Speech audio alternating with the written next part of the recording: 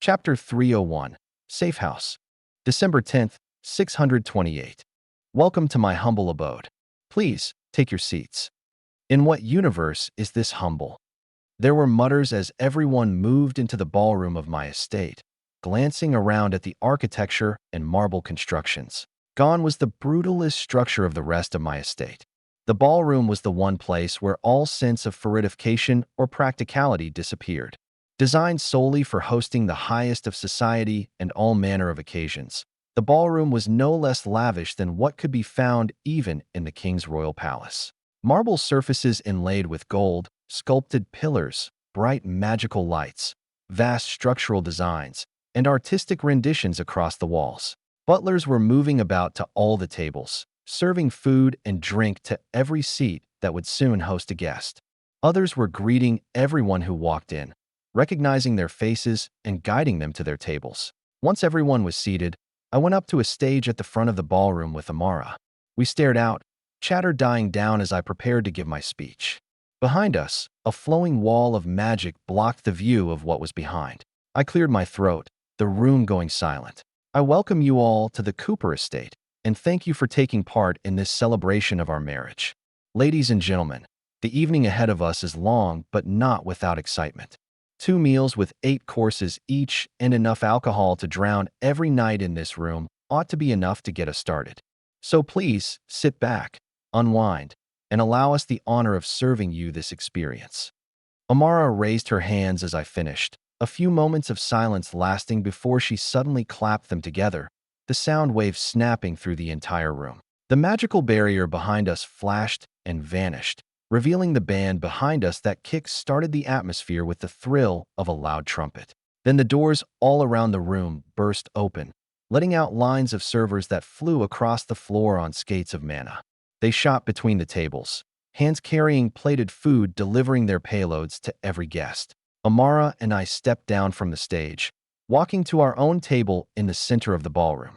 We watched everyone around us as we moved, seeing their smiles and expressions of joy. Even Maxwell was smirking with impression, sitting with the Tavera patriarch. After the food came the drinks, the servers moving around every which way as if they had no direction. They flew past each other in what looked like chaotic paths, a performance in itself, and only able to be carried out by this particular group of servers.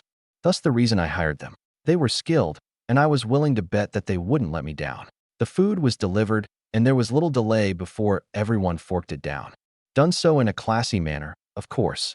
Few in attendance didn't come from high society. The band electrified the mood, and it wasn't long before the pre-gaming alcohol started getting served.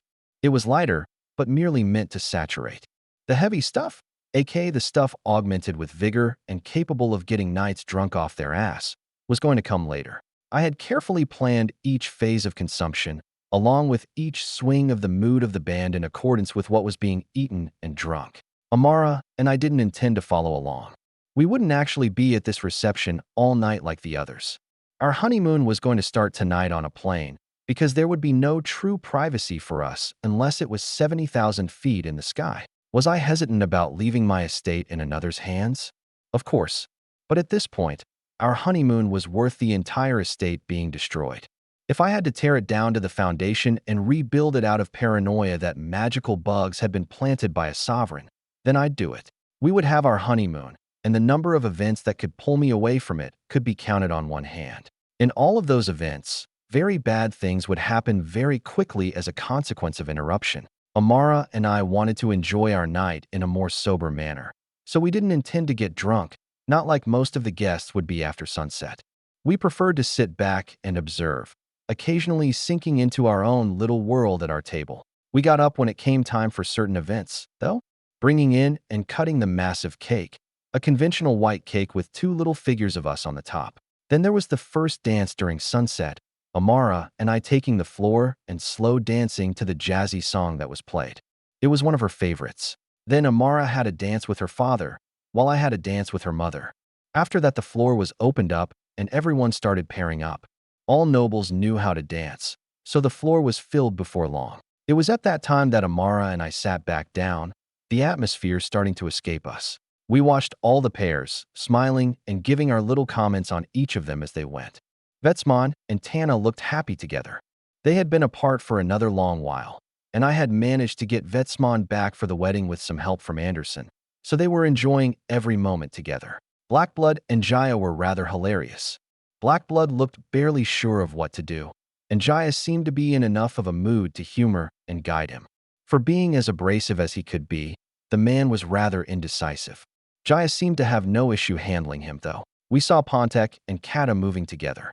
After a bit of alcohol, both of them started opening up more, though it had taken Pontek some time to finally ask Kata to the floor. We even saw Anderson and Luna dance.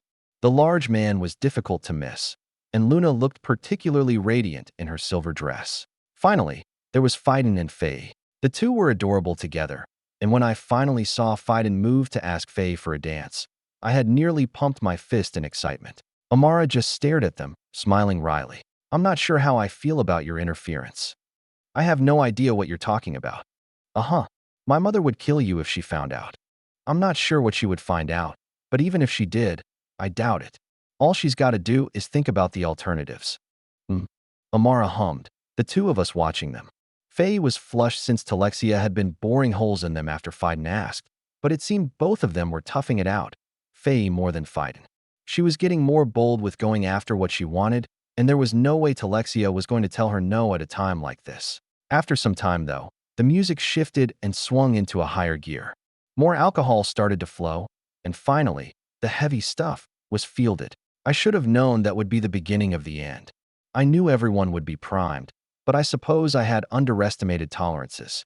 It wasn't like everyone was used to drinking frequently, and the alcohol was charged with vigor.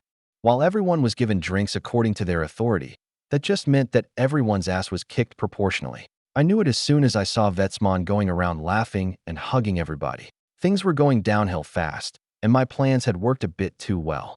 "Well, this is certainly something," Amara muttered as we watched the dance floor. Flashing with hundreds of lights like an underground rave, and the band pushing music into the crowd like it was a drug. Over half the guests were dancing and few of them were cohesive about it. I had a wide smile on my face. I wasn't drunk enough to join them, but it was still hilarious seeing everyone flailing about. I glanced to the side, seeing a large pair of open doors leading to another room. Inside was an indoor pool and recreation area, which people had started jumping into an hour ago, regardless of suit or dress. One of those people was Anderson. He stood on top of the tallest diving board next to the pool, still in dress slacks, but wearing no shirt. I watched him put his arms in the air, looking fierce for a long moment before jumping. He flipped 7 times in the air before straightening out just before he hit the water. His hands pierced the surface, then his arms, the water sliding past him until it reached his shoulders. That's when his bulk hit the water, and it caved like a crater. A wave was sent through the pool as he went under, and then the water recoiled, sending a pillar straight into the air. I cackled a bit, seeing Vetsmon climbing up the ladder to follow, Tana clinging to his back and biting his shoulder. I glanced out a nearby window, seeing the dark night, and then taking a look at the time. It was a bit early, but everyone had long been in their own world. I sent a message before looking down at Amara, her head on my shoulder as she watched the ongoings of the ballroom. "Hey, how about we get out of here?" She started to smile, nodding quickly as I got a response. I wrapped the two of us with an illusion, disappearing from our table and running out of the ballroom. We went through the estate, bypassing oblivious servants and leaving through the back door. There waiting for us was a car, which we took and used to drive across the airfield to our helicopter. Erhan was waiting there, bowing to us when we approached. "Enjoy your honeymoon, sir. I will handle everything here." "Appreciated, Erhan." I shook his hand before boarding with Amara. Since there was no pilot, I jumped into the seat myself. With one last wave to Erhan, we took off, flying away from the estate and into the wider territory outside of the wedded city. It was a bit over an hour of flying. We passed by multiple cities and towns before finally coming upon some wilderness. It was then, in the middle of seemingly nowhere, that I activated a device on the helicopter. The image of the trees and flora below us started flickering, brief moments of resolution eventually revealing a clearing. There, in the middle of a massive illusion and camouflaging formation, was a little house. I took us down next to it, entering the illusion. Once landed, I shut down the helicopter and helped Amara step out. She looked around. All around us weren't the normal plants of the tamed wilds, but the enchanted life of a magical forest, tall trees, dense magicka, and a few animals in sight whose bodies flickered with runes. What is this place? This, my dear, is a safe house. Just one of several I've built over the past several months. It's quite difficult, making sure that even the builders are unaware of the location. But not impossible. Currently, I'm the only one who knows about this location. A safe house, huh? We have both the estate and the hotel. Not to mention any number of people we could stay with. Yes, but I figured it'd be better to have something for when we wanted to run away from the world. We're deep in beastly territory, protected by these illusory formations and many miles away from any form of civilization. Nobody can find us here, because the perimeter for 80 miles around us is lined with another formation that masks all vehicles equipped with the right enchanted coatings. I knocked on the helicopter frame, Amara humming in response as she continued looking around, her eyes eventually falling on the house. It was a simple wooden house that fit the cabin in the woods aesthetic. Nevertheless, it was equipped with all the luxuries we could ever want. We wouldn't be uncomfortable here, with years of food stocked in storage, not to mention the huntable supply all around us. A few stories tall, plenty of rooms, all of them furnished and comfortable. We'd have to take care of it ourselves, but that was a small price to pay for absolute secrecy. Amara linked with my arm, the two of us entering the cabin. In contrast to the cold, snowy night around us, we were hit with a wave of warmth created by the temperature control. I flicked on lights as we moved through the living space. I didn't bother giving her a tour, instead scooping her up into a princess carry and moving up the stairs. She laughed as I kicked open the door, her hand reaching to flick on the lights. With a bit of psycha, I subsequently dimmed them before taking her to the bed. She landed on it, glancing to the side at the bed's frame. It looks sturdy. It's built into the structure. Of course it's sturdy. But what if you ever wanted to move it? Maybe it's out of place right here. Let's spend some time rearranging it then. I took off my coat, dropping it on the floor next to me, and stared at Amara. You found the smut. There was silence between us for a second before she jumped off the bed, latching onto me and sealing our mouths together. There were several seconds of kissing before she groaned. Get this fucking dress off of me. We separated, both of our hands moving across her dress and undoing the clasps. The instant it went loose, she ripped it off and chucked it to the side. In white lace lingerie, she came back for a bit more kissing before starting to help me take off my own clothes. The vest fell, then the shirt, and then the pants disappeared. She jumped back on me as soon as they were gone, with enough force and timing to push us back against the wall. Legs locked around my waist. We made out a bit more before I stepped forward and put her against the wall. We remained there until she suddenly pulled back, hot breath tickling my nose. What? The bed. Put us on the bed and give me a fucking baby, John. We looked into each other's eyes, my brain taking a full second to comprehend what she said before instinct kicked in. All my life, I had wondered how people could want more than 4 or 5 kids. Now, in this moment, I wanted no less than 30. Knowing that there was absolutely nothing in our way anymore gave me such a high feeling of euphoria that I felt like blacking out.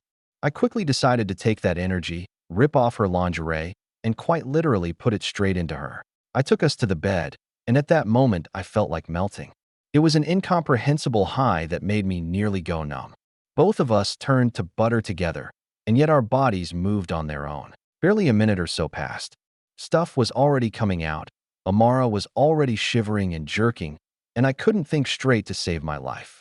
I didn't even feel her nails digging into my back, only noticing the blood when it started streaming down. Yet despite the absolute overstimulation, we kept moving.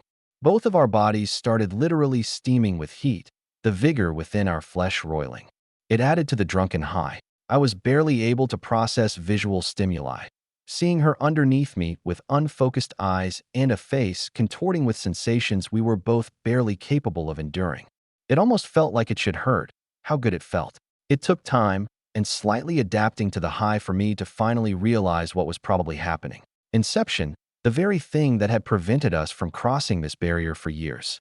Out of fear that other people would realize what we had done and doom us politically, we had waited for years until we finally got married. Waited and resisted despite every temptation to no longer give a damn. staving it off with nearly every possible workaround we could think of. Anything not to activate this mysterious power of reproduction exclusive to Magi. Both of us had wondered if it would be worth it. Worth the time, worth the effort and strain, worth the delays and resistance. Now it was no question. It was worth every damn millisecond. And it was the last thought I had as I finally gave and sunk into the experience. So many happy chemicals flooding my system until I couldn't think about anything else except her. Chapter 302. Right cheers.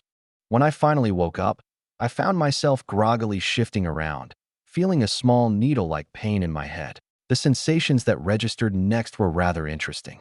Part of my body felt slimy, while others were dried. Moving at all on the bed registered more wetness. Amara was locked against my body like a second skin, and looking at her, the memories started surfacing. I let out a long breath, my head dropping to the blanket. I instantly regretted it, my hair getting damp with stuff. I felt almost dizzy as I pushed myself up, as if still in a drunken stupor. It felt like I needed something but wasn't sure what, even though I could guess. I got off the bed before picking up Amara, both of us still nude. With her, I went to the bathroom where a large bath, styled more like a hot tub, was waiting. I kicked on the warm water and set us down inside as it quickly filled, Amara laying against my chest and beginning to stir. After settling myself, I muttered absent-mindedly, 40 hours of continuous sex. It all felt like a dream. I had exactly 0 gaps in my memory of it all. The experience had been laser engraved into my brain. I couldn't possibly forget any of it. I whisked a cigar into my hand, lighting it, and taking deep puffs of it. It did little to wash away the hangover I was having, though. That needle-like pain still present. Nearly 2 straight days of sex had drained both of us. Yet it was because of our powerful bodies that we were able to persist for so long. That and a few pairs of cigars. I'm sure we were both horribly dehydrated with how much fluid we had both expelled and we hadn't eaten since the wedding. The bath water eventually reached a good level, Amara finally waking and silently turning her head up toward mine. She breathed into my neck for a few seconds before flipping around and giving me a kiss. My body reacted to hers accordingly, and as she sat down on top of me, I suddenly felt that pain in my head vanish, replaced by reinvigoration. We were there for an hour, eventually cleaning up and leaving the bath. We went to the kitchen to make food, interrupting ourselves a few times with more baby making. It would hurt whenever we stopped for too long. I could tell that both of us were still drunk on whatever it was that Inception had done to us. More than that, somehow, I had a feeling that physiologically we had both become addicted to it. But we had to eat, had to at least give ourselves sustenance so we didn't collapse. Whenever I felt our mouths get drier, I knew we needed water. Whenever we got tired, we needed food. After every session, I tried to get the sheets washed so we weren't rolling around in fluids. We barely spoke to each other. There were few words to be said, at least until we came down from whatever high we were on. Our honeymoon started the minute we left the wedding reception, and today was our second day as a married couple. Yet, short of sustaining our basic necessities, it was filled with nothing but sex and rest. The following days weren't much better. For the first week, I didn't even look at my Ariel. It was quite amazing how focused on Amara I was, that I'd completely cut myself off from my information channels. Anything could be happening. Anarchy could have resurfaced, or a sovereign could be attacking the Maginot Line. The Third Claw could have made their moves, or perhaps Sector 4 had messed up during an installation of the teleportation arrays and blew our plans to steal the dragon corpses. So many things could have gone awry. So long as I cut myself off, I lacked any and all control over what was happening. It was completely against everything I had spent years building and preparing for. Yet, for the entire week, I simply didn't give a damn. It was only after that week that we finally started to recover ourselves. It was like we had regained our sanity, finally just beginning to turn ourselves away from the hedonism of a newlywed couple and doing anything else other than trying to get Amara pregnant. We had to wean ourselves off. From an hour of rest between each session to 2, then 3, then 5, we gradually drew out how often we abstained. It was difficult, primarily because of the pain in our heads. We really were addicted. Inception had rewired us completely into perpetual states of horny. But by the end of the second week, we were able to start getting past it. It was also then that I started catching up on the happenings of the world. Thankfully, I hadn't had anything to worry about. No moves had been made, No sovereigns or kings had attacked, and all was right with my plans. Several people were pissed that we had not only disappeared from the wedding without so much as a goodbye, but that we didn't have the decency to respond to calls or messages. Shockingly, Talexia was one of the few people that hadn't sent any messages. It almost scared me. Polly was not one of those, however, and her annoyance was made plenty known across a few dozen messages. I just chuckled after reading them all, putting down my aerial once more. With nothing urgent having happened, there was no reason for me to respond, even though I made sure to start reading everything. It was December 28th that Amara and I finally spent a bit of time separately. I went to my workshop while she went to the study. We both needed to clean back up on things, make ourselves sharp again before we ended our honeymoon.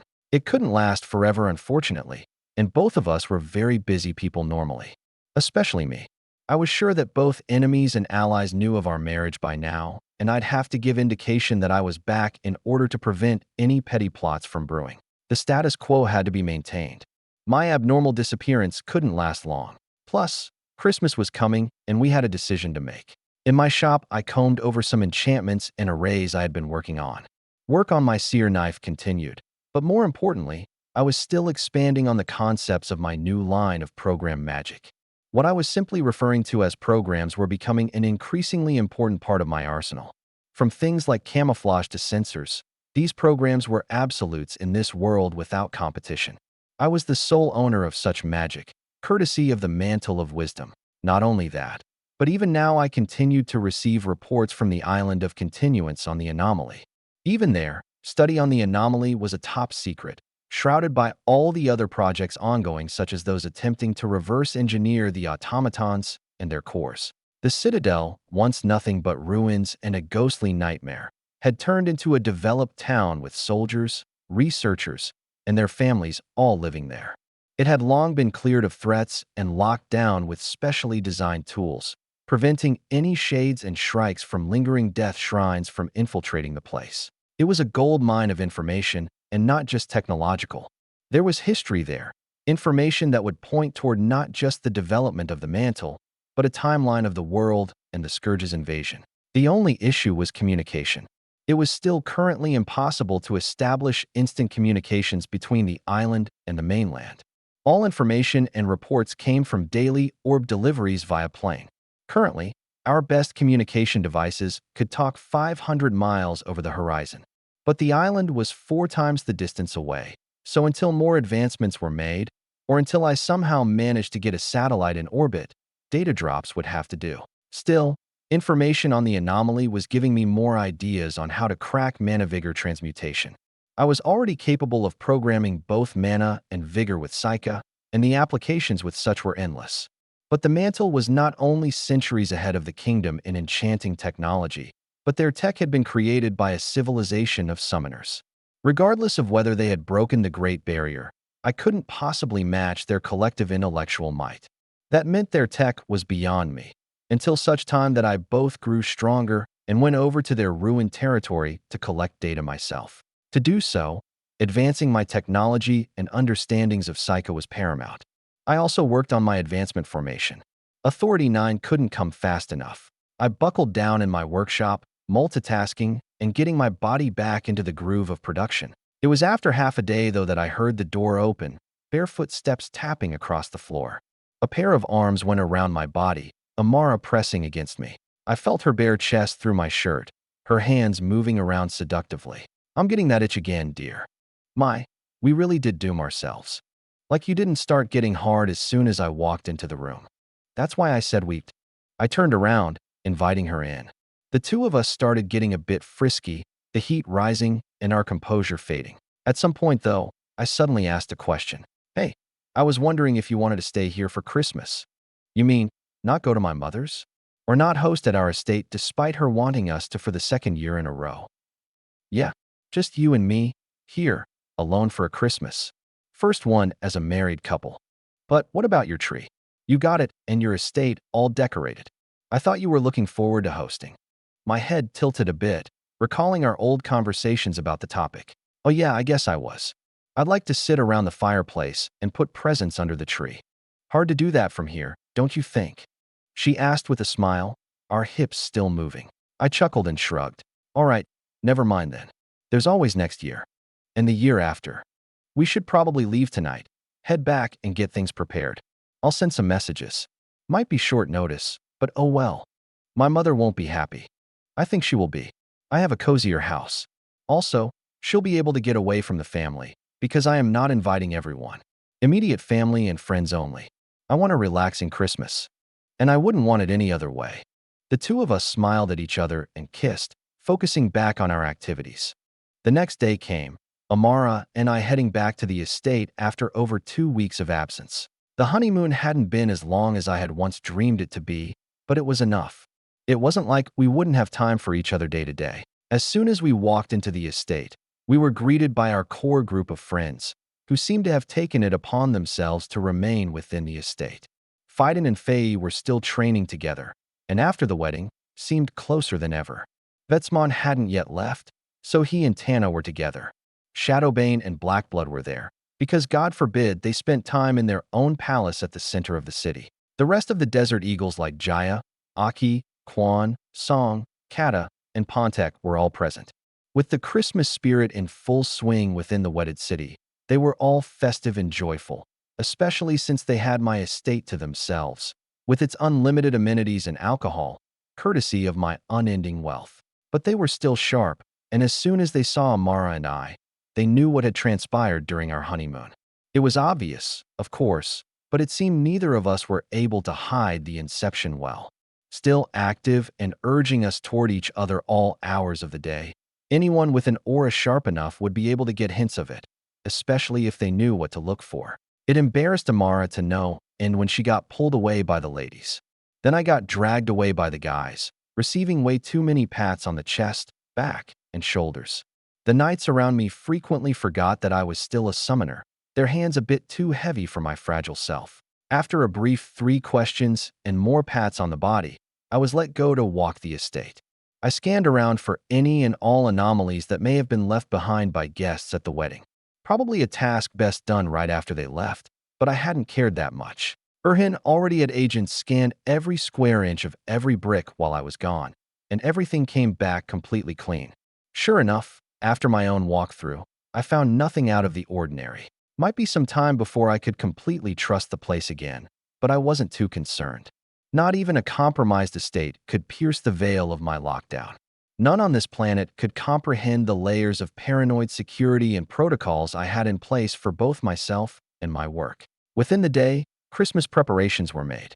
Erhan had already prepared most of everything since he had been working under the assumption that I'd return. That meant Talexia was also prepared and able to bring herself to the estate. Everyone gathered, and we spent the days leading into the holiday getting back into the social groove. The estate was decorated even further, my own custom decorations like Christmas lights and ornaments being hung through every room. Sooner rather than later, Christmas itself came. It was unfortunate that this world had an undeveloped media industry. Magical devices were still only just getting into the hands of ordinary people, and thus they needed time to realize their potential. Stage plays were still popular, and people were stuck in the mindset that you still couldn't bring visual media to so many people beyond the stands. I unfortunately had no time to develop it myself, though. That meant there were no Christmas movies to watch. Sure, it was possible for me to recreate the movies I'd seen myself. I could remake them near perfectly and throw them on an orb for everyone to watch. But that would also expose otherworldly elements to those I still hadn't given the truth to, not to mention the language barrier. It was unfortunate, but maybe when I had children, I could teach them the language and then play the movies as they grew up. Dreams for the future. It was the night of the last day of the year, celebrations across the wedded city lighting up the city as midnight approached. On the other hand, Amara and I lounged on some couches with the rest of our friends and family, the large fireplace warming the living area as everyone huddled under blankets. The world was without mainstream movies, but it was not without broadcasts. Above the fireplace sat a large screen being projected with Sika, my own tech. On it was a live stream of the central plaza of the wedded city, showing tens of thousands of people all huddling together for the countdown and fireworks. The broadcast was being streamed to a small amount of people. It normally wouldn't be profitable, but the Raven Chief had wanted it to happen, so it was paid for. Those within the city, therefore, were able to tune in and watch. We chattered amongst ourselves while watching and eating snacks. On the nearby Christmas tree were several more ornaments, one for each of the people in the room. They had all come up with their own personal ornaments, with widely varying designs. My only rule was that it wouldn't be too heavy to actually hang. With the main lights off and the hung lights glowing softly, the mood was just right. I glanced over at Polly, who had brought her husband. The two were also cuddled under a thick furred blanket, mimicking most of the couples. The windows across the walls showed the snowfall outside, as well as some of the glowing lights from the main city. We weren't completely detached, so we could still see other nearby houses, mansions, and their lively decorations. It was a wonderful night that I don't think could have been any better than it was. I swirled a glass of wine in my hand, taking a sip before letting Amara grab the glass from me. She took her own, and I glanced at Polly again, something stirring in my gut. The timing was perfect. As soon as I looked at her with an odd feeling, both of our aerials started beeping in audible alarm. We both looked at each other before quickly going through the messages we had received. It was amazing how fast the smile on my face vanished. Well, fuck me sideways. What happened? Amara looked at me worriedly, everyone turning their attention and going silent. I sighed, closing my eyes and rubbing my temples. The sovereign beyond our front lines just got active. Massive blizzards within 50 miles are attempting to erase our eyes in the sky. Is it attacking? Not yet, but who knows how long that'll last. The main issue is several 100,000 monsters just went invisible, and more are on the move. Based on our ground sensors, we're about to get sieged. So what's our move? I opened my eyes, glancing around at everyone and letting out a long breath. In my fingers appeared a cigar, which I lit and took a puff of before sharpening up. We're deploying. Vacation is over. Erhin, can you spin up a jet? Already on it, sir. My head butler moved quickly, Amara and I standing as he left. The others moved with us, everyone getting active. I sent out pertinent messages before speaking. My desert eagles need to come with me to the airfield. Vetsmon, I won't stop you if you want to tag along. What better way to celebrate the Lord than by slaughtering monsters? Of course I'm in. Then, I looked back toward Telexia, Ikor, and Faye. They were the only odd ones out. Telexia spoke first. Do you need a marshal, John? We shouldn't. We already have one out there, and I just recalled the other. You're free to hang here for your Christmas. I hardly think I am. Bring me with you. If the sovereign moves on you, I'll at least be there. I stared at her for a second in silence, before smiling and shrugging. You're free to follow, but only to sightsee.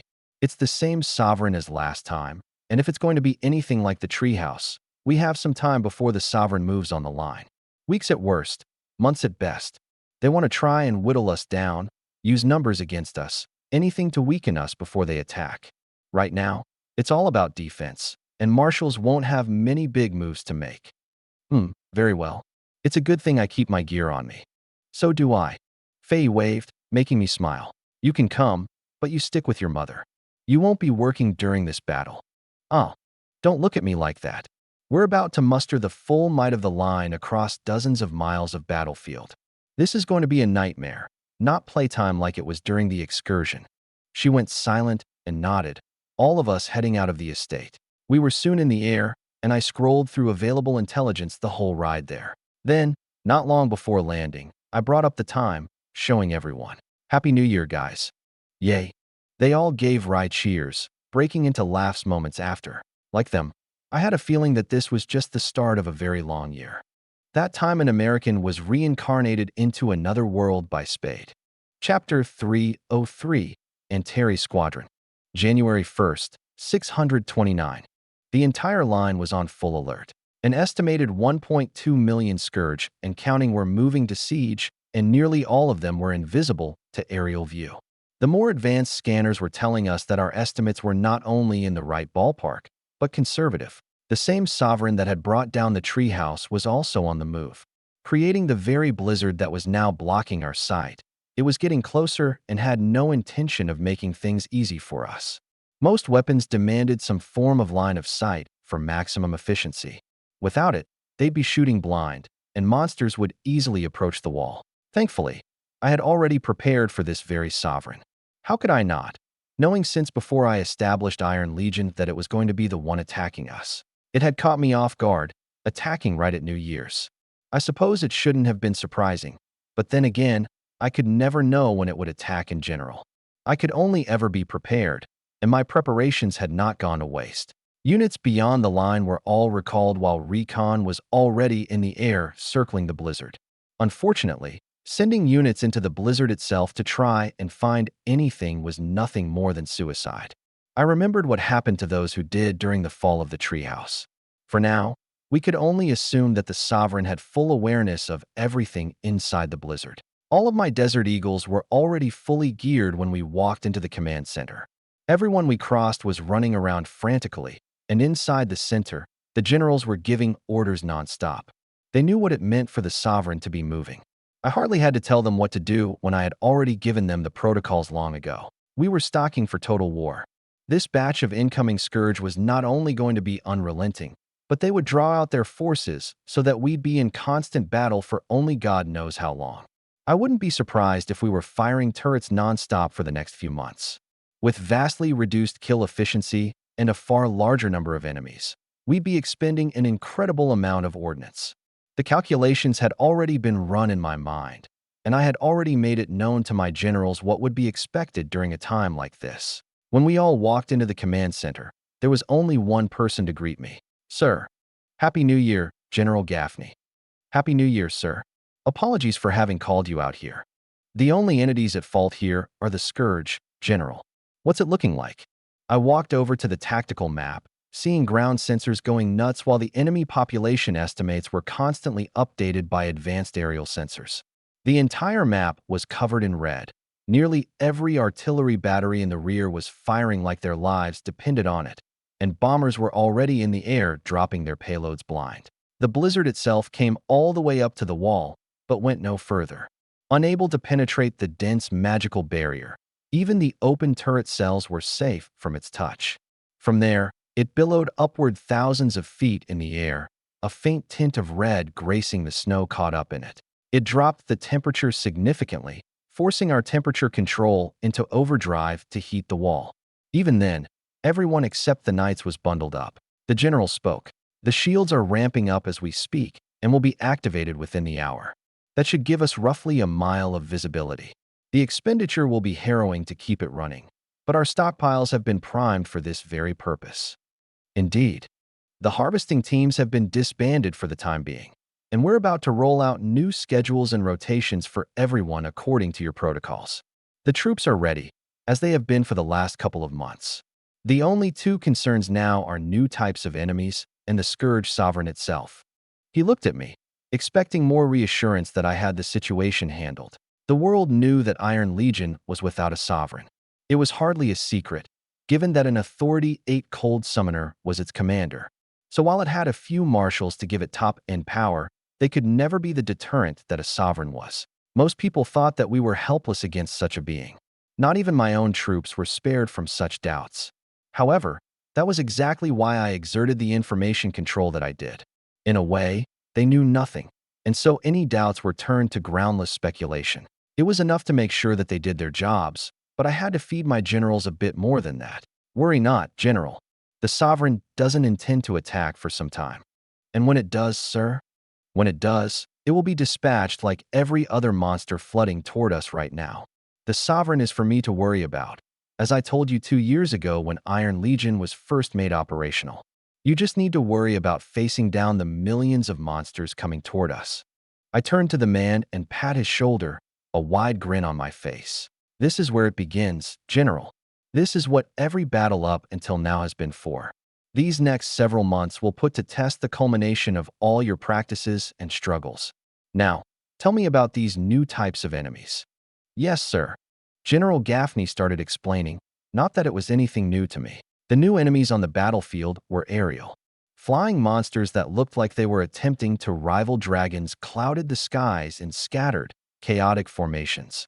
Some of them were huge, but others, the smaller ones, were fast as propeller planes, based on the reports. They were the primary threat that I had long been warned about. They were new mutations developed by the Scourge in response to my air superiority, because even though the Scourge always had aerial monsters, they were never capable of competing with my planes, and thus became a non-factor. That was no longer.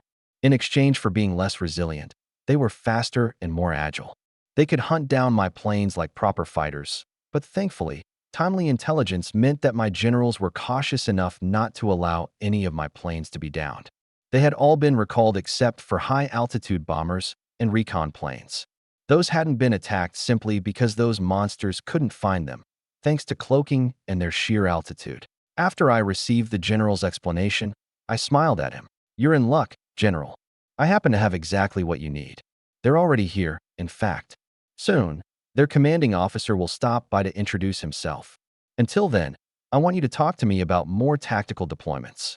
I need a moment, though, so stand by." "Yes, sir." He nodded as I turned back to the others, all of them waiting and looking around the command center. Amara, still by my side, looked up at me from underneath her witch hat. "What's the plan?" "I'll get us a mission. For now, go take everyone to the barracks. Get them squared away. I'll call you all back when I need you." "Sure thing." We exchanged a kiss before separating. I then turned back to General Gaffney, looking at the map. "Now, help me find the best place to use my scalpel." It's a beautiful night out, boys. The moon is full and bright. It's the turn of the new year, and a million monsters just delivered their scum-sucking maws right into the hands of fiery purification. I even heard the commander decided to stop by. You know he can probably hear you, right, Captain? They say that no communication line goes without a hidden ear. Oh yeah, I'm sure the commander loves to hear how my nutsack sticks to my thigh in these suits. In fact, if you're listening, Commander, we'd love to get some flight suits that don't try to castrate us with these damn straps. Captain, it's not the commander's fault that your shit hangs low enough to touch your knees. There were chuckles over the TACnet, the captain's plane tilting a bit in anger. The other 5 planes in his formation swayed slightly with the turbulent winds as they got closer to the blizzard. All around them were dozens of other squadrons, all of them in wedge formations as they headed toward the airspace far above the blizzard and wall. After a bit more banter, one of the pilots asked with concern, "Hey, Captain, weren't we supposed to be grounded given the new monsters in the skies? What's the deal? There's no way they're sending us out to dogfight those shriekers." "I don't know much more than you. Our orders are to ignore the shriekers and cull the bulk of the heavy flyers before they reach the line. I was told that the shriekers would be taken care of." "By what, though? You think I fucking know that, you idiot? Now get ready for contact. Heads up."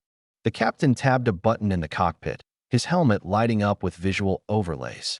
Suddenly, what was once a dark sky illuminated by the bright moon flashed with the signatures of thousands of aerial monsters. All of them were outlined and highlighted. They also saw the outliers, the shriekers. A new enemy on the battlefield, it was quickly identified by their systems and tagged as an extreme threat, and they were heading straight toward them.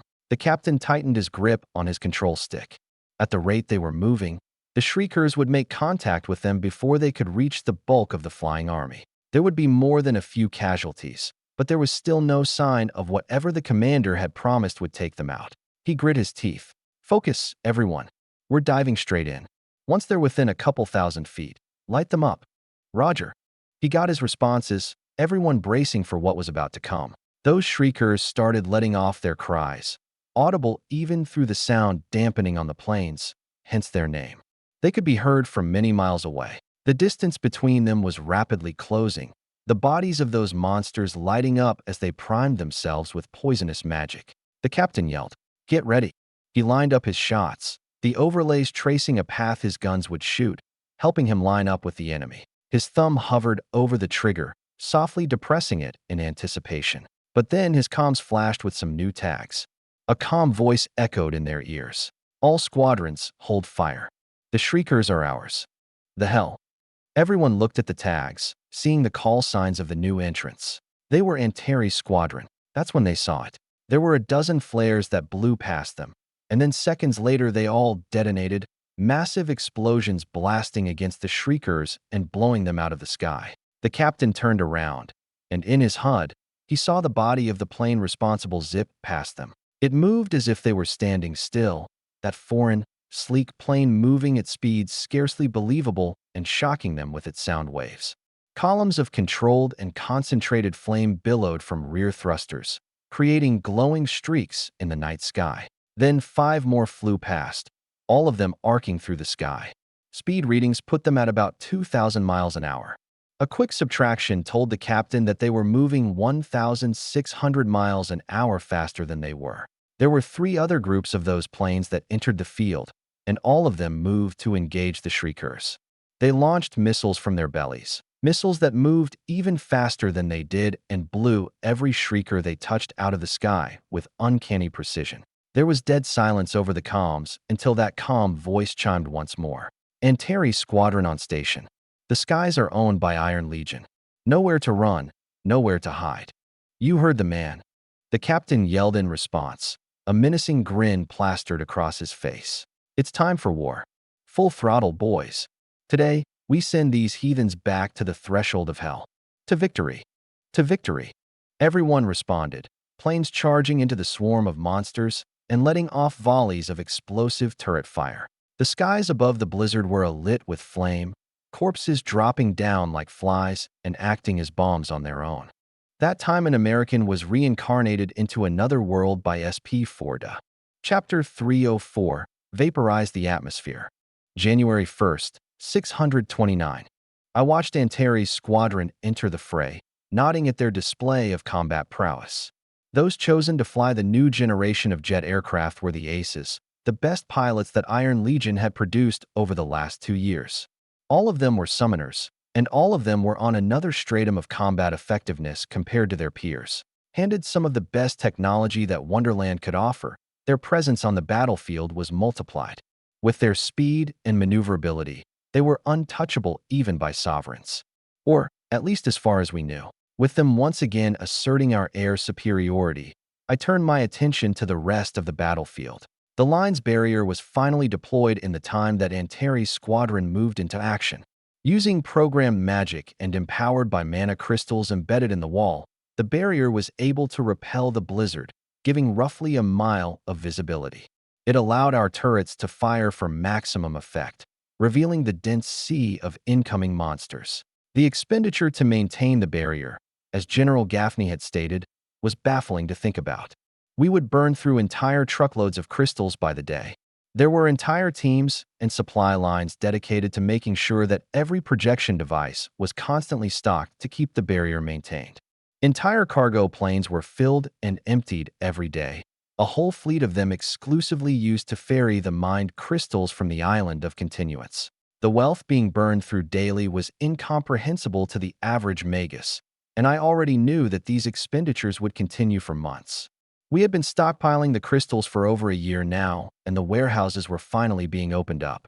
But the expenditures still exceeded the production rate. We had enough in storage to last us 3 months, a crucial buffer. With our production rate, we could draw out those reserves for a year. Once it ran out, parts of the barrier would have to be shut down, reducing kill efficiency. Of course, this war wouldn't last a year. I refused to allow that sovereign to sit there and wear us down for so long. I'd make my moves before then if it refused to budge, but my bets were on that mobile blizzard being the first to pick up its feet. It would realize that unlike the treehouse, we couldn't be overcome by numbers. We would repel every siege, repel every million of monsters, and it would be forced to take action itself. The timer on our war was determined by how long it would take for it to realize that we couldn't be beat. Once it gave in, I'd play my cards. I just hoped that the sovereign was dull enough to draw things out. I still needed time, and I couldn't make such big moves before my own projects were completed. My overview of the local battle didn't reveal much. The blizzard refused any observation, and I certainly wouldn't take my Desert Eagles in there. The rear of their lines behind the blizzard, however, were chock full of targets. I pointed toward one 100 or so miles from the blizzard, a nest that had been built up in recent days. It seemed there was a gut root there responsible for supplying sustenance. General, have you started launching missions to take out these nests? No, sir. Then allow me to start. Although the Scourge has what seems like an inexhaustible supply of food coming in from their gargantuan intestine, we have no reason not to take out their supply lines. If they're planting these nests and roots, then that means they need them. I'm taking a few helicopters, so keep tabs and use us as an example. Understood. He responded as I turned, my steps taking me out of the command center and toward our staging area. I found my Desert Eagles there, as well as Telexia, Icor, and Faye. Everyone stood when I entered. We have our mission. We're raiding a gut root nest well behind the blizzard in order to take out a source of sustenance for the scourge. Peak enemy strength sits at Authority 9. We're taking a chopper from the airfield in 10. Pack light. Everyone silently moved with my command, grabbing and checking their gear. I turned toward Telexia, smiling. I know I said I'd have you stay back, but how would you like to watch the show? Are you sure it's wise for a marshal to head out into the field on a whim? We have camo to help mitigate signatures. I also wanted to take Faye, give her a little glimpse at some field work. I figured you and Icor would want to be involved. You figured correctly. Very well. I nodded and turned to Faye. She looked at me with a wide smile, having heard what we said, so I just ruffled her hair. Helmet on. We leave in a couple minutes. Okay.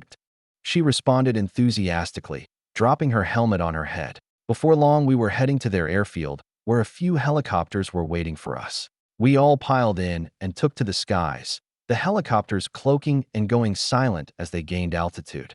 They flew completely invisible as we went around the blizzard. When we arrived at our target area, the helicopters landed on a small hill not far from the nest. Snow was kicked up, stealth systems dropped, and we jumped off. Once everyone was on the ground, they flew back to the sky, hovering invisibly nearby. Our vantage point gave us a clear view of the nest. The gut root in the middle towered over 400 feet tall, having only grown for 2 weeks. All around it were pustules filled with fluid, and around those were miles of thick red biomat. There was even a massive vein that traveled from the gut root to the intestine, extending for several miles. Sensors deemed the atmosphere to be filled with dense toxins and poisonous magica. A bit of observation showed some odd biological constructions that were spewing dense clouds of spores into the air. Perhaps it was to spread the biomat, but even back during my time at Stronghold Charlie, I had never seen anything like it. Seemed it was just a new and fucked up way to spread something. All the more reason it needed to be destroyed. I had already equipped my exosuit with assault configuration, so thankfully I didn't have to smell the rancid odors in the air like I did when I first encountered a gut root in the field. In my armored hand appeared a magical designator, which I pointed toward the base of the gut root. Then I tabbed up Polly's comm line, hearing her voice. Missile away. 10 seconds to impact. Eyes up, everyone. We all turned toward the center of the nest, my free hand falling on Faye's shoulder. I pointed her gaze toward the gut root. Watch this. As soon as I said that, a streak of light slammed into the base of the huge fleshy tree at Mach 5. It exploded soon after, the ground all through the nest exploding into the air. A massive plume of flame rose from below, lighting up the night and sending the blasted tree into the air as pulverized chunks. I pat Faye's back with a heavy hand, her body jolting a bit. All right, time to move. Wife, if you could take them on ahead. Of course, husband. She shot me a smile before activating her boots, the deagles doing the same. Then they started gliding along the snow, speeding toward the nest. I started walking with Faye and her parents. They cleared the way. The nest of monsters stirred into a frenzy. Many had died from the missile, but there were many hundreds still about. Wide area spells from Amara cleared them by the dozen with minimal effort, while the knights like Vetsmon, Phaidon, and Pontek shot toward the higher authority royals. Those without any specific target simply started slaughtering the scattered monsters. Most of them were weak, no more than a warm-up. By the time I started getting close with Faye, the monsters were all dead. We walked into the outer ring of the nest, the only portion that remained intact after the missile. I nodded at the carnage around me. The nest was thoroughly decimated. They could have another grow within a couple weeks, but it wasn't like we didn't have the ordnance to handle it. The deagles gathered back around me, Faye glancing around like she didn't understand what was going on. With gazes on me, I gave a thumbs up. Good. That's it for the warm-up. Now we get to have some fun. I was about to say, was having a hard time believing you brought us out here for something so easy. Vetsmon chuckled at me, my shoulders shrugging as I brought up a few images, sending it to their HUDs. The general needed some reference material. Now though, we have a real target. Further down the line, there's an Authority 10 behemoth marching toward a hardpoint. It emerged from the blizzard not long ago, but I needed to get you guys warm before tackling it. Now we can go. Holy shit. There were some mutters as they saw the data. The behemoth in question was colossal. It looked like some fucked up triceratops, except this one stood 300 feet tall. It carried a lot of mass, and I was pretty sure it was built to punch a hole in the line, because there was an army of monsters behind it. It was lumbering slowly along, its limbs and body as thick as a dinosaur's should be. It carried a harrowing amount of mass, and its horns were covered in metal. I was honestly curious about what would happen in a head-on collision with my wall, but I also didn't have the illusion that the result would be anything flattering. The wall was not built to hold back the highest authority enemies.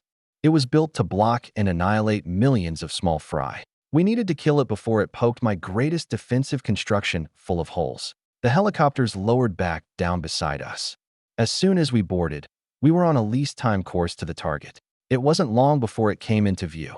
The behemoth still marched, mere miles from the wall and covering that distance uncomfortably fast.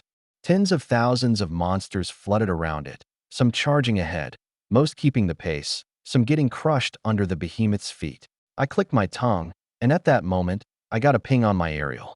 I scanned the message and chuckled. What would you look at that? There's another one hitting the opposite side of the line. Faye turned to me as if in shock. You mean they have two of these things? Probably three, actually. I wouldn't be surprised if there's one heading down the middle that we can't see. That one is up to the marshals to deal with. For now, we focus on this one. What's the plan? Amara asked from beside me, causing me to sigh. Let's hope missiles can do some damage. It's completely armored from the top, though. Not sure how effective they'll be. I stepped up from my seat as we lowered our altitude. After throwing open the side hatch, I looked at the behemoth directly and got the designator pointed at it. I heard Polly's voice in my ear. Missiles away. Another 10 seconds, and I saw 3 streaks zip past us, slamming into the back of the behemoth. They lit up the night with more fire, smoke billowing until Amara got up and cast a quick spell. Winds blew over moments later, clearing the smoke from afar and giving a clear view. It was completely unscathed, and the reason for that was the Authority 10 Royal on its back that we hadn't detected before, as well as several other Authority 9 Royals backing it up. I suppose that since the behemoth's magical signature was so colossal, a few tiny Royals wouldn't get picked up if they were hiding themselves. I narrowed my eyes at them. Their barriers, composed of a dozen layers of magical defenses, were in complete shambles. But with a quick refresh, all of them were brought to full power once more. I gave Polly the order. I need 20 high-yield missiles. We've got an Authority 10 on its back protecting it. Roger. 30 seconds. We simply waited, and soon enough, 20 streaks of light came flying over in a staggered formation. They slammed into the behemoth one after the other, staggered close enough not to give the Royals time to refresh their barriers, but far enough to not get detonated all at once. Polly knew exactly what I needed. Sure enough, I saw some detonations occur deeper than others. Once every explosion was through, Amara washed away the smoke. This time, the Royals weren't so lucky. Half of them no longer existed while others were dead or dying. That Authority 10 was the only one left, half its body scorched but still standing. As for the behemoth, without penetrator missiles, its back was still intact, left with nothing but dents and scorch marks. I looked down at Amara. You guys want to handle this one? Sure. I've been wanting to test a few new spells. Have at it then. I waved to the outside, Amara smiling before throwing herself out the hatch. She hurtled through the air before fire kicked up behind her, propelling her body toward the behemoth.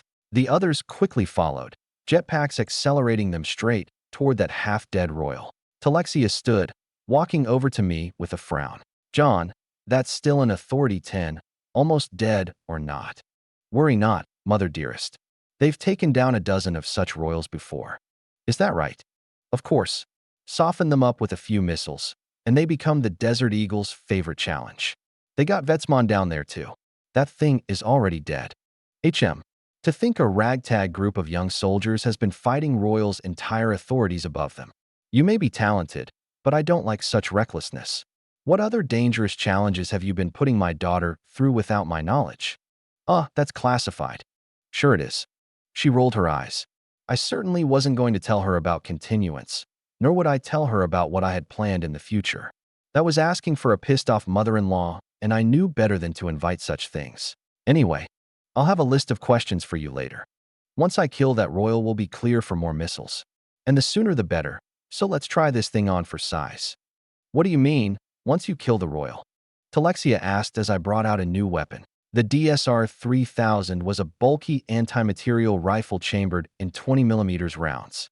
The weapon was meant for the heaviest targets and wasn't suitable to be shot by those without exosuits. It was equipped with the latest precision designs and optical systems for extreme range shooting, including ballistic correctors. Given that I was shooting no farther than 1,000 feet, hitting my target would be a cakewalk, even in a helicopter. The pilot steadied as I took aim. Through my scope, I could see a clear view of everyone wailing on the Royal. It was completely one-sided, but the Royal held on, blocking attacks and evading with powerful magic. I waited for them to get it close to death. Then, once I found a good opening, when everyone was trying to finish it off, I let the trigger snap back. The explosion made my exosuit's audio systems go mute for a second. Empowered by my magic, it kicked into my shoulder with enough force to make my entire body jolt back a bit, which was saying something. And I watched through my scope as the Royal's head exploded into pink mist, the bullet then punching into the back armor of the behemoth underneath like it was butter. Everyone near the Royal quickly pulled back their attacks before looking up at me in the helicopter. I heard their chatter over comms. "Oh, come on. I had that. What a fucking cockblock. Husband, I'm gonna have you for that one." I smiled, putting the smoking weapon away. "All right, get back on up here so we can drop some missiles. Unless you guys want to test your mettle against our ordnance." "No thanks." All of them hurried back, the helicopters lowering to pick them up. Once they were cleared, I heard Polly's voice. "Missiles away." We watched, and another batch of penetrator missiles slammed down at Mach 5. This time, the reaction of the behemoth was visceral. It roared in agony, but its body didn't buckle. Instead, it started hurrying its steps, breaking out into a run. I frowned, seeing the wounds on its back. The armor was blasted away, as well as huge chunks of tissue underneath. But for a monster that big, they may as well be superficial wounds. "Polly, 5 more missiles." "Roger." Missiles away. They flew and lit the behemoth aflame. This time, the fleshly wounds turned into deep holes that spewed countless gallons of blood. I frowned, and then Amara tapped my shoulder. "I can kill it from here." "All right then. I promise I won't steal the kill this time." She laughed before sitting down on the edge of the helicopter. I took a step back, as did the others, and she started casting. A massive formation manifested with elemental light in front of the helicopter. It churned with thousands of runes and arrays, all of them interconnecting and surging with mana. I recognized many of the runes, every image of the spell being memorized as I saw it. There was spatial magic, fire magic, air magic, and even some water magic. All of them intertwined into a single array. Then, when it flashed with completion, 15 more arrays extended in front of the main one, each of them progressively smaller. They spun with their exotic functions, touching on the deepest laws of physics and magic, and warping the space around us so much that I could physically see it as the light bent around them. And then finally, the spell fired. My visor polarized, the beam that came from the spell vaporizing the atmosphere and turning it to plasma that would outshine the sun. I couldn't even hear the behemoth cry out, the plasma causing so much turbulent noise that I could hear nothing but screaming, as if 100 jet engines were surrounding my head. Thankfully, it was only momentary. The spell quickly died, and I got a look at the behemoth. It now had a nice seared hole going clear through its body. The ground underneath was completely melted, flowing like lava around what was now its colossal corpse. I looked down at Amara with bulging eyes, and she turned back toward me with a wide smile, the liveliness in her eyes quickly fading. Her body went limp, so I quickly sent my exosuit away and caught her, pulling her into the helicopter and letting her lie against my body. "Holy shit, babe. You like it? So long as I get a minute to cast and use all my mana, I can pull off some amazing things. I'm quite proud of that spell." "I would be too. I mean, what the fuck can even survive that?" I looked back down, seeing the cooling pool of lava ignite the corpse of the behemoth on fire. It simply laid there, dead as soon as the beam hit it. Even Talexia was stunned, staring at the aftermath for multiple straight minutes. Amara muttered as her body went soft. "I just need to rest for a bit." "You just earned yourself the next month off with that one, honey. Go to sleep. I'll get you in a bed soon." She didn't respond, her head finally going limp. Her eyes were still open, though. Although she had completely run through her mana, her body was still energetic. Mana exhaustion was an odd phenomenon that left a warlock's body in a state of delirium and suspended animation, their minds becoming jumbled as their souls opened themselves up to mana in an attempt to recover as fast as possible. I cradled her before speaking to Polly. Amara just saved us plenty of ordnance. Get a designator on the other one and start raining hellfire. Or better yet, get a brigadier on it. Roger. As for the rest of us, I looked at the other Desert Eagles, all of them still mute. I just smiled, proud of my wife's display. Let's head back. We're done for today. That time an American was reincarnated into another world. Chapter 305, Cursed Device. February 15th, 629. I think this is it. I stood within a workshop, looking up at a large device surrounded by sensors and measurement systems. It was a massive sphere capped with a parabolic reflector pointed to an opening in a dome above us. I let out a breath of smoke, glancing at the few researchers around me getting our test ready. It had already worked in both theory and prototypical practice, but this would be the big test to see if we could finally move it into the production phase. I looked back down at the terminal, the researchers finishing their preparations, preparing to log down all manner of data. Ready when you are, sir. One of them came up to me, his words making me nod. Good. We start now. I reached down to the terminal, punching in a code before activating the test sequence. The data was compiled and sent, the sphere pulsing with power before the large reflector, almost 80 feet in diameter, flashed with magical power. The signal was sent, and then only a second later, I got a response. I smiled, the codes matching and the encryption on the response message falling away. It revealed the Island of Continuance's daily report, the same report that a dedicated set of planes were responsible for ferrying. And now it had reached us in a tiny fraction of a second. I ran the numbers through a few calculations, finding extremely little packet and transmission loss. The converters were also running nicely, maximum theoretical bandwidth more than accommodating enough for the amount of data Iron Legion, or the entire kingdom for that matter, would need it for. Hardware wasn't a bottleneck here. That much was clear. Test 2, start. The researcher called out, the reflector lighting up again, and then staying that way. For half an hour I sat back and watched as the antenna spat out massive amounts of redundant data, pushing itself to the limit. After some time errors started to get thrown, but they were within our margin of error. All data was transmitted anyway given some error correction and redundancy software. The results showed that this singular antenna could transmit a few thousand times Iron Legion's average total bandwidth on just 2 frequencies. That included encryption/decryption and compression/decompression. Latency was measurable, but as tests had found, the speed of transmission depended on how much power was given to the encoded magical messages. More power meant more speed, while more data meant slower speeds. But it also didn't take much power for a small message to easily circle the planet in half a second. We had plenty of room to work with, and latency was effectively a non-factor in real-world application for now. This was all to say that we had just achieved global wireless communications, and that was without satellites. It didn't have to be so bulky either. What was before me was a more advanced node, no different from a normal one besides the large dish and encoder. We were calling them beacons. However, we already had prototypes of far smaller ones, devices that used the special encoders and transmission system of this new beacon. It couldn't send messages across the globe, but it could boost transmission distance.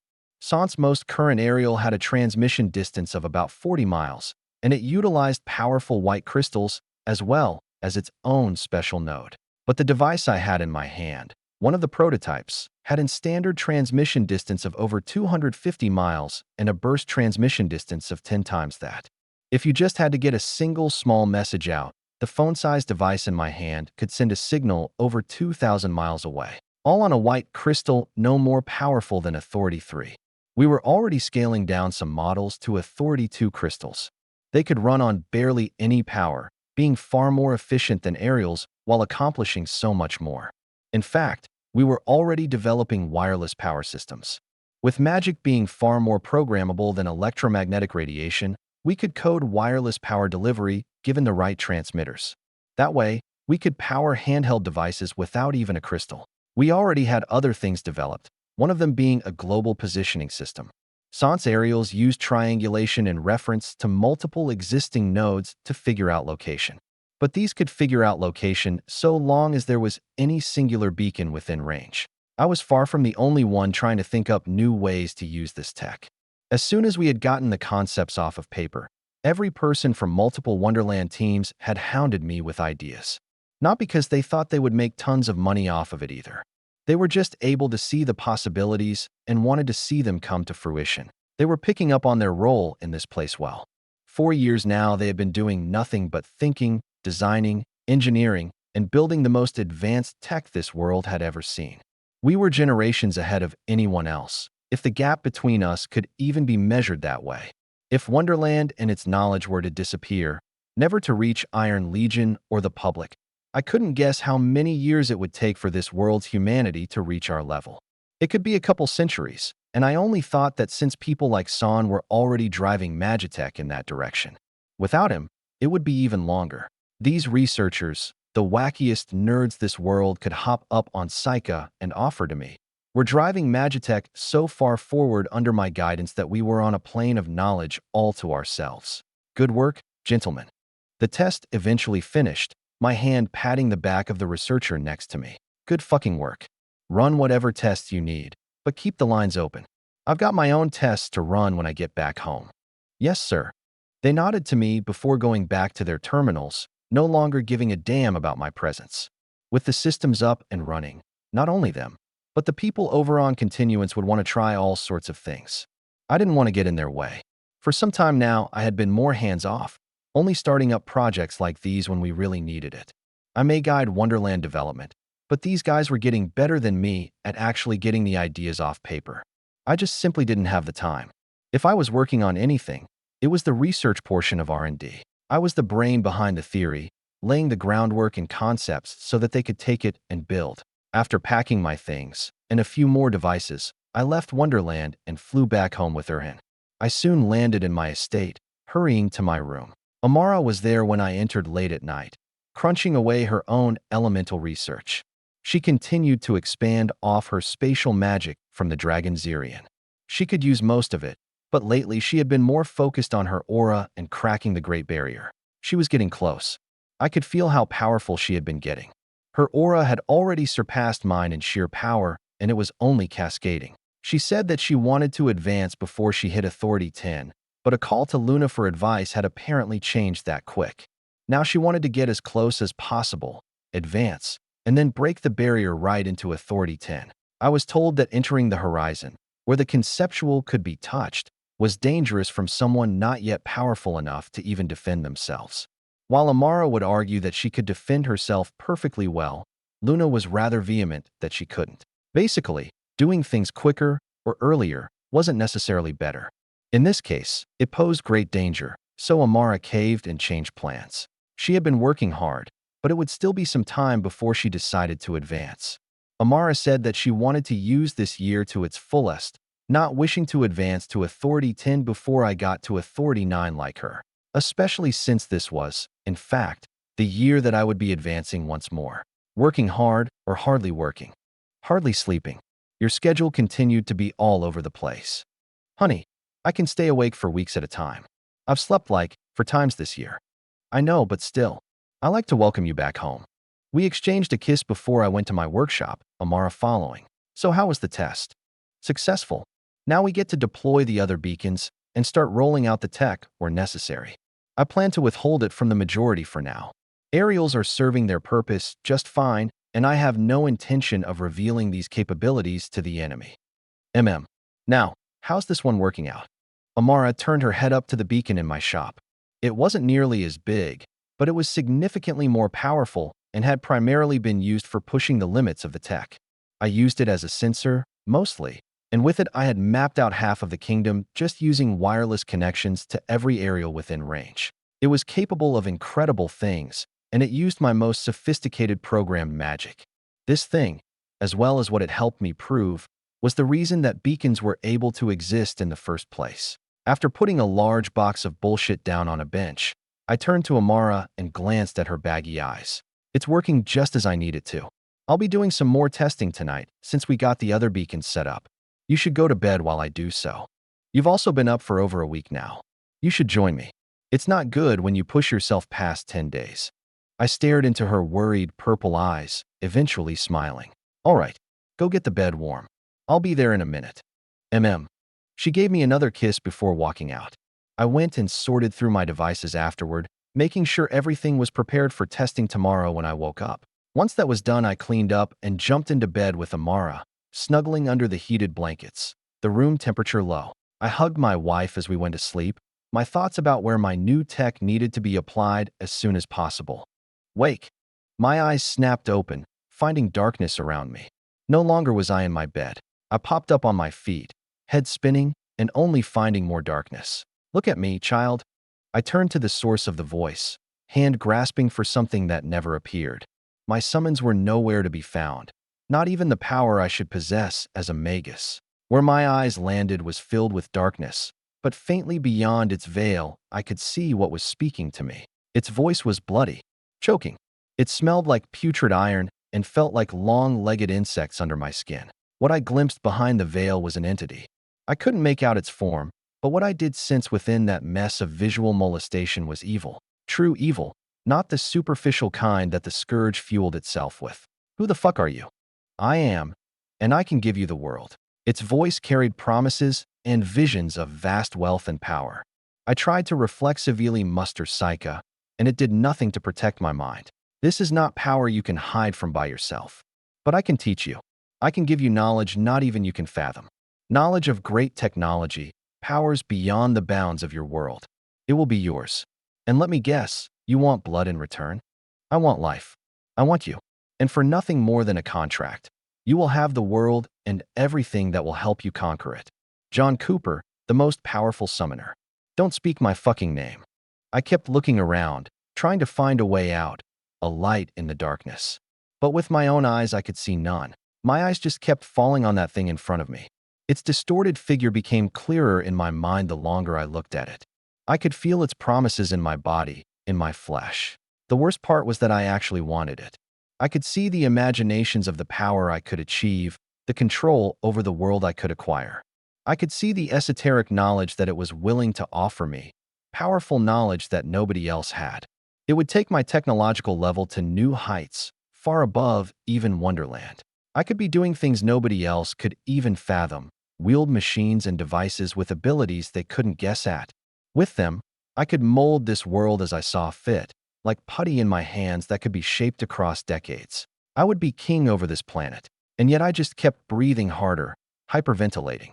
Without my Psyche, without the ability to protect my mind, I couldn't hide from the injections of great visions. I knew what was happening, and it scared the shit out of me. Fuck off. You're just a demon. I am a god, not a demon. I am without age, and my intellect is without bound. Doubtful.